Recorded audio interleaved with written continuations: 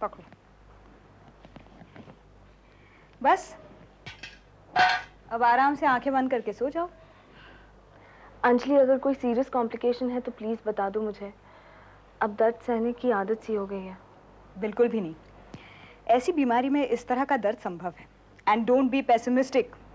पहले तो मैं ऐसी नहीं थी, लेकिन इस बीमारी ने मुझे मेंटली बहुत वीक कर दिया है। अगर तुम उम्मीद नहीं जगाती तो मेरी जिंदगी का तो कोई मतलब ही नहीं था। पर अब जब मकसद तुम्हारे सामने आया है तो तुम्हें अपने आप को मजबूत बनाना चाहिए। अंजलि, माँ बनना अगर मेरी मजबूती का कारण है, मेरी कमजोरी का भी एकमात्र कारण है। इस सोच से भी डर लगता है कि किसी न किसी वजह से मैं माँ नहीं बन पाऊंगी। ऐसा कभी नहीं होगा, ऊपर वाला इतना निर्दयी नहीं है। अब तो उस ऊपर वाले से ज्यादा मुझे तुम पर भरोसा है। एक तुम ही हो जो मेरी इस आकांक्षा को सबसे बेहतर समझती है। Trust me. और अब जब तुमने भरोसा मुझ पर रखा है तो आंखें बंद करके सो जाओ। सोचती हूँ कि एक तरह से अच्छा ही हुआ कि इस बीमारी की वजह से मुझे यहाँ हॉस्पिटलाइज होना पड़ा। जिंदगी भर के लिए एक दोस्त तो मिल गई। अगर मुझे पता होता कि मेरी दोस्ती के लिए मेरी इस दोस्त को इतनी बड़ी कीमत चुकानी पड़ेगी तो मैं कभी डॉक्टर ही न बनती, सीधा तुम्हारे दफ्तर आती तुम्हारे पास नौकरी मांगने। और मैं तुमसे कहती तुम्हारे लायक तो एक ही काम है, जिंदगी भर के लिए मेरी दोस्त बनी रहो। और मैं कहती मंजूर है। अब चलो सो जाओ, बातें बहुत हो गई। बाबूजी भैया। क्या हुआ बेटा, सब ठीक तो है? हाँ बाबूजी सब ठीक है, कुछ मामूली सा दर्द था। नहीं लेकिन बहू घर कब आ रही है? घर कब आ रही है? अब कुछ टेस्ट के रिपोर्ट्स आने बाकी हैं, उसके बाद कुछ ड्रग्स की सेंसिटिविटी टेस्ट की जाएंगी और फिर ऑपरेशन। मतलब कुल मिला के 15-20 दिन तो लग ही जाएंगे ना। लेकिन सुमन माँ तो बन सकेगी ना? मेरा मतलब है ये दवाई और ऑपरेशन से कोई खतरा तो नहीं? माँ, सुमन डॉक्टर गर्ग की ट्रीटमेंट में है और डॉक्टर गर्ग इस देश के सबसे माने हुए गायनेकोलॉजिस्ट हैं, और अगर वो कहते हैं कि खतरा नहीं है तो नहीं है। मुझे तो पहले से पता था कि मैं चाचा बन के ही रहूंगा। और मैं चाची। चाची? चाची नहीं, मासी। वाह मासी। वाह, क्या होशियार सिंह है मेरा भाई। मासी नहीं, बुआ। ओ यस यस यस, बुआ। देखा माँ, एक नन्ही सी जान आने से कितने रिश्ते बन जाते हैं घर में। भैया पापा बन जाएंगे, भाभी माँ, बाबूजी आप दादाजी, माँ आप दादी जी, और मैं चाचा। और इस बुद्धू की भी प्रमोशन हो जाएगी, ये भी बुआ बन जाएगी। अच्छा, कौन बड़ा बुद्धू है ये तो वही बताएगा। इसीलिए कह रहा हूँ सेतु, थोड़ा होशियारी से काम लो, वरना सारे चाचाओं की नाक कटवाओगे यहाँ पर। भैया चिंता मत कीजिए, ये चाचा अपने भतीजे को बहुत बड़ा क्रिकेटर बनाएगा। अरे नहीं भाई नहीं, उसे कुछ भी बनाना लेकिन क्रिकेटर मत बनाना। आजकल अखबार में पढ़ते हो ना, ये क्रिकेट भी जुआरियों की गेम होकर रह गई है। Correct. Right right right right. Politician बनाएंगे उसे, ऐश करेगा हमारा भतीजा। क्यों भैया? नहीं सेतु, पॉलिटिशियन नहीं, उसको कुछ और बनाएंगे, एक अच्छा इंसान बनाएंगे। शाबाश बेटा, आज के जमाने में एक अच्छे इंसान की ही जरूरत है। लेकिन अमित, फिलहाल हमें उसकी चिंता नहीं, बहू की है। बहू स्वस्थ होके घर आ जाए तो सब ठीक हो जाएगा। लेकिन देखो बेटा, मैं सुमन से एक ही बात कहूंगा कि वो ज्यादा काम काज न करे। ऑफिस भी जाए तो वहां ओवर टाइम ना करे, बल्कि सीधे घर चली आए और घर में आके आराम करे। मैं तो कब से यही बात कह रही हूँ, लेकिन मेरी सुनता कौन है? अगर मेरी बात मानी होती तो आज ये नौबत ना आती। भाई अब जो हो गया सो हो गया, आदमी अपनी गलतियों से ही सीखता है। अरे सुमन माँ बन सकती है, ऐसा तुम्हें डॉक्टर अंजलि ने कहा है ना? हाँ, ऐसा डॉक्टर गर्ग ने तो कभी जिक्र नहीं किया ना?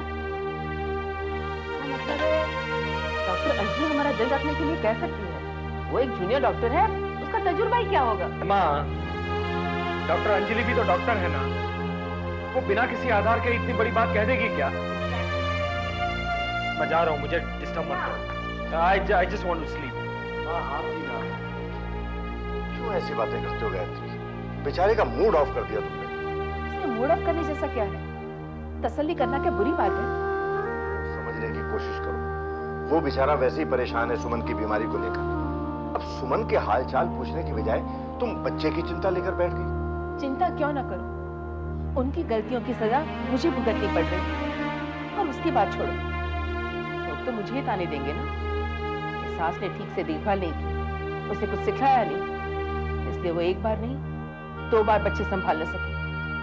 बस भी करो गायत्री। कैसे बस करूं? हर माँ की तरह मेरा भी दिल चाहता है कि अपने जीते जी अपने पोते पोतियों का मुंह देखूं, उन्हें खिलाऊं।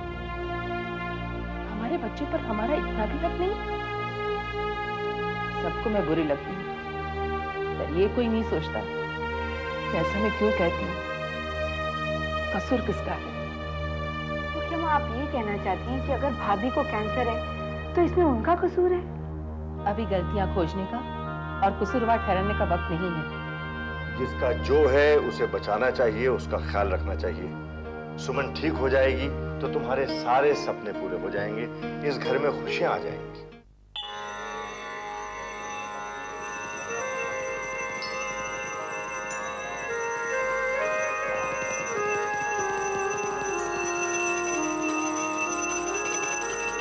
सुनिए, आप जल्दी तैयार हो जाइए, हमें हॉस्पिटल जाना है। अभी? हाँ, मैंने डॉक्टर गर्ग से अपॉइंटमेंट ले रखी है। ओ गायत्री, रात भी मैंने तुम्हें समझाया था। बेकार के शक भरे हैं तुम्हारे दिमाग में। खुद भी परेशान रहती हो और दूसरों को भी परेशान करती हो। देखिए, जब तक मेरी संतुष्टि नहीं हो जाएगी मुझे चैन नहीं मिलेगा। और मैं वहां डॉक्टर से सिर्फ ये कहने जा रही हूँ कि कुछ भी हो जाए सुमन को माँ बनना चाहिए। यानी कि तुम्हें सुमन के जीवन की बिल्कुल भी परवाह नहीं है? ऐसा मैंने कब कहा? आपको क्या लगता है मैं अपनी बहू से प्यार नहीं करती? ये देखिए, ये सारा सामान मैंने अपनी बहू के लिए लिया है। डॉक्टर से मिलने के बाद हम सुमन को ये सामान देने जाएंगे। सुमन की कुछ बातें मुझे चाहे अच्छी ना लगे, मगर दिल से मैं उसे बहुत प्यार करती हूँ। अब आप बातों में क्या वक्त ज़ाया कर रहे हैं? बातें मैं कर रहा हूँ या तुम कर रही हो? ठीक है, आप जाइए, तैयार हो जाइए। तैयार हो जाता हूँ। सुमन के लिए कुछ किताबें भी ले जानी है, वो भी निकालता हूँ। ठीक है।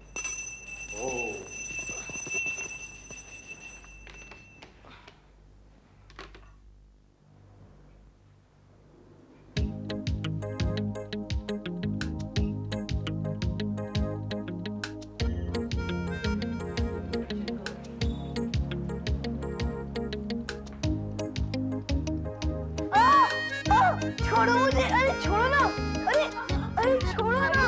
अरे क्या कर रही हो?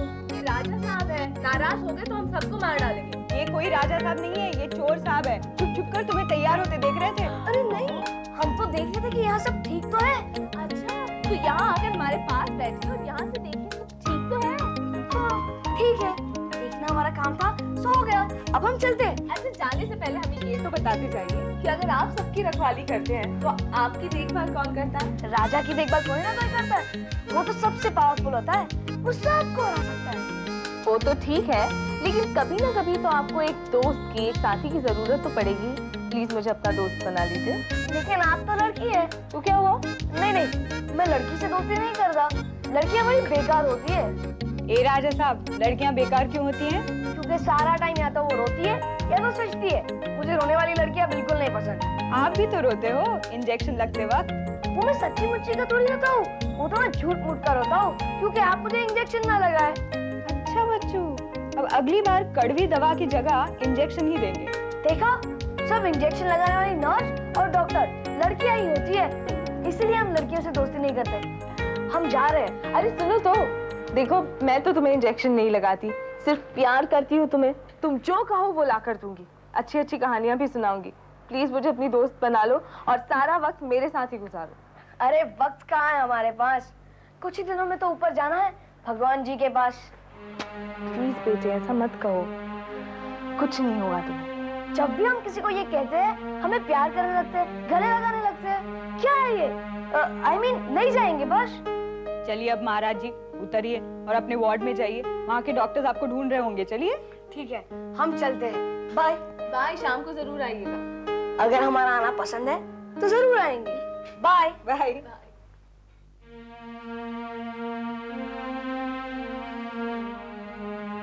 क्या बात है Suman? Come on, be brave. कुछ नहीं अंजलि, वो बात नहीं है। तुम नहीं जानती, शादी के बाद एक औरत के अंदर मातृत्व की भावना कब और कैसे जाग जाती है, कुछ पता ही नहीं चलता। फिर चाहे वो बच्चा अपना हो या किसी और का, उस पर सारा प्यार लुटाने को मन करता है। पहले तो ये बात मेरे लिए कुछ मायने नहीं रखती थी, लेकिन अब तो ये सांस की तरह जरूरी हो गई है। माधुर साहब, हमारे मेडिकल प्रोफेशन में श्योरिटी के साथ तो कुछ भी नहीं कहा जा सकता, लेकिन सुमन की रिपोर्ट्स देखने के बाद ये लगता है कि उसके मां बनने के चांसेस काफी ब्राइट है। डॉक्टर साहब, सुमन की प्रेगनेंसी के दौरान उसे कोई तकलीफ या परेशानी तो नहीं होगी? जी नहीं, ऐसा कुछ नहीं है। उसके बाकी के ऑर्गन्स ठीक फंक्शन कर रहे हैं। लेकिन डॉक्टर साहब, आने वाले बच्चे पर उसकी इस बीमारी का कोई असर तो नहीं होगा ना? ऐसा ना हो इसलिए हम सब टेस्ट ले रहे हैं। अगर हमें जरा सा भी शक हुआ तो हम उसे प्रेग्नेंट होने से मना कर देंगे, लेकिन ये सब हम बाद में बताएंगे। नहीं डॉक्टर साहब, आप कोशिश कीजिए कि किसी भी हाल में सुमन मुझे पोते का मुंह दिखा दे। आप नहीं जानते इस घर के लिए, मेरे लिए बच्चे का क्या महत्व है। इसका मतलब ये हुआ कि आप चाहती हैं कि हम लड़का ही पैदा करवाएं, हैं? आप ऐसा भी करवा सकते हैं? मिसेस माथुर, इस वक्त चिंता आपको सिर्फ अपनी बहू की होनी चाहिए। और रही बात बच्चे की, तो मैं आपको इतना बता दूं कि हमारे मेडिकल प्रोफेशन में हम सिर्फ अपने पेशेंट को ठीक करने या बचाने की कोशिश करते हैं। ये आपसे किसने कहा कि मैं अपनी बहू से प्यार नहीं करती? वो भी तो मेरी बेटी है। मैं तो सिर्फ आपको ये समझा रही थी कि हमारे घर के लिए ये बच्चा कितना जरूरी है। बुरा मत मानिए मिसेस माथुर, अक्सर हम लोग किसी आने वाले सुख की खातिर आज के सुख को भूल जाते हैं। वरदान में मिले इस सुख को तो भोगिए, भगवान ने चाहा तो और भी सुख देगा। क्यों मिस्टर माथुर, मैंने कुछ गलत कहा? नहीं, आप बिल्कुल ठीक कह रहे हैं डॉक्टर साहब। दरअसल ये बात मेरी पत्नी भी जानती थी, लेकिन आपके मुंह से सुनना चाहती थी। तो अब चलें? अच्छा डॉक्टर साहब, थैंक यू वेरी मच। बस आप मेरी बेटी को जल्दी से जल्दी अच्छा कर दीजिए। समझिए कि आपकी बेटी एकदम ठीक हो गई। अच्छा, नमस्ते। एक डॉक्टर ने अपने कंपाउंडर से कहा, जरा देखो तो दरवाजे पर कौन खटखटा रहा है। तो कंपाउंडर ने आके कहा, डॉक्टर साहब मरीज है। डॉक्टर ने पूछा नया या पुराना, तो पता है कंपाउंडर ने क्या कहा? क्या कहा?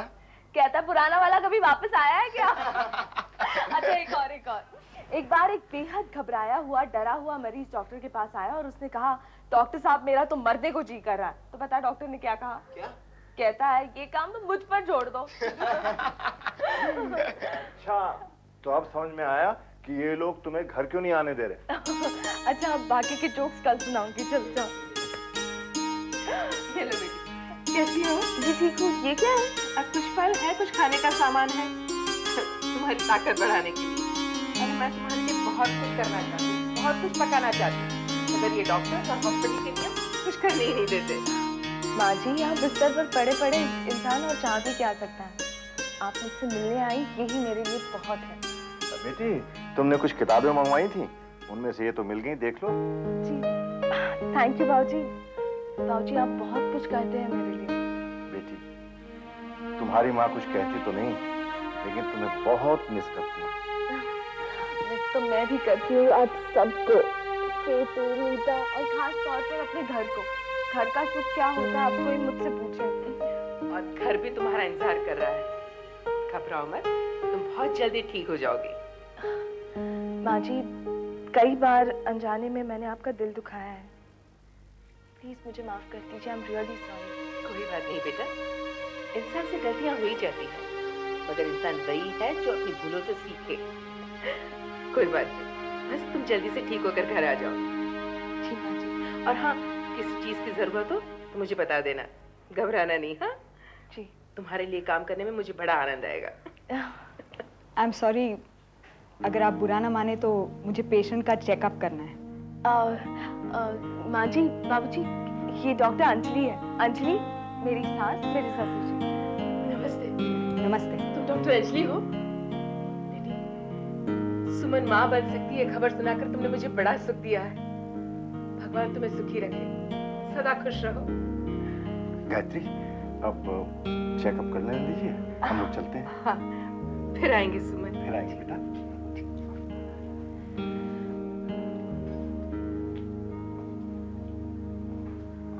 सुमन, तुम्हारी सास तो बहुत स्वीट है, पर इनकी इमेज कुछ और ही है।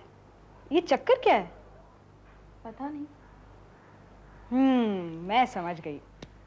कुछ देर पहले मैंने इनको डॉक्टर गर्ग के कमरे से निकलते हुए देखा था। I am sure doctor Garg ने तुम्हारी सास को कुछ डोज दी होगी। Sweetness dose. Just joking.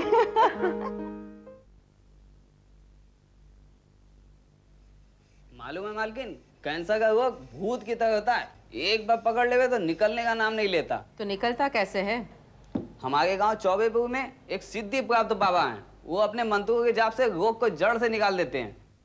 अच्छा, हाँ, अगर आप खर्चा करने को तैयार हो तो मैं उनको यहाँ ला सकता हूँ।